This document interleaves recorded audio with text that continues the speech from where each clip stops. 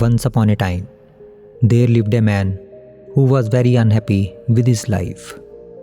His life was always full of sorrows, and because of this, he was always sad.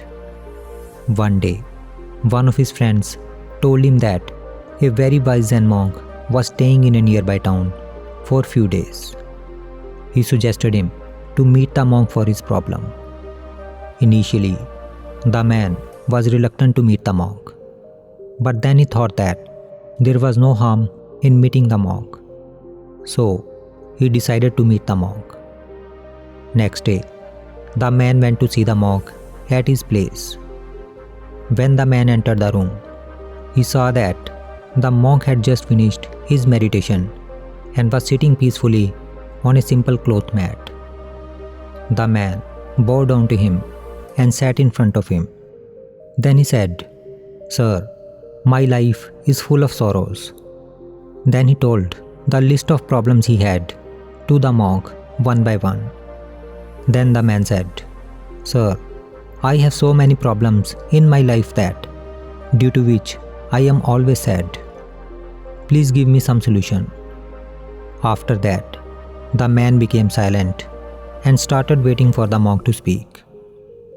The monk looked at the man with compassion, thought for a moment, and then he said, "My friend, can you tell me how many red colors are in this room?" The man was surprised to hear this from the monk. He was thinking that, "I am asking for solution for my problem, and this monk is asking me unnecessary questions."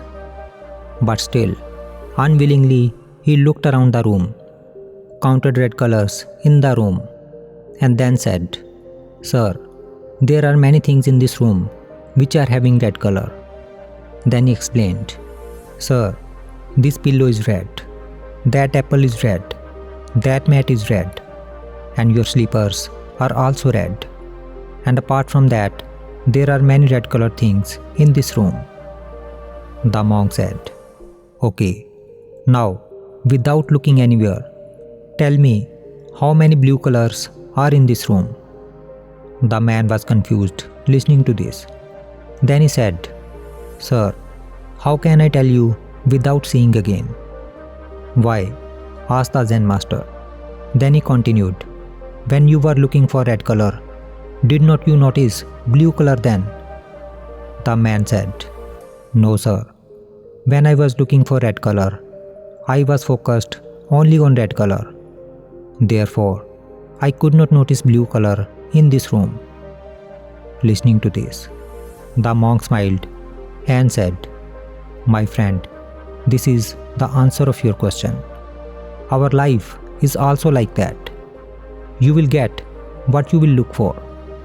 While you were looking for red color in this room, your mind was totally focused on finding red color. You could not see any other color. There are many things in this room which are blue, but you were so much focused on red color that you could not notice it."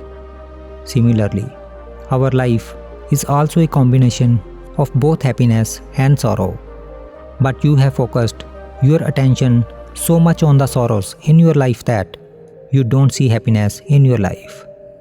Happiness and sorrows are two sides of a coin. If there is no happiness in life, then how can there be a feeling of sorrow?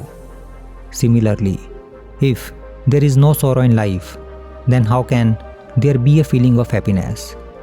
It is not that there is no happiness in your life, but you have focused your attention so much on the sorrows that you don't see the happiness in your life. Therefore, change your perspective of looking at life. Try to find moments of happiness in your life. If you focus your attention on happiness instead of sorrows, then you will find that life is full of happiness. If we see in our lives, we will find that most of the people are suffering from sorrows in their life and spending their life in sadness. But they forget that life will appear to us as we see it. If you consider life full of sorrows, then you will find life sorrowful.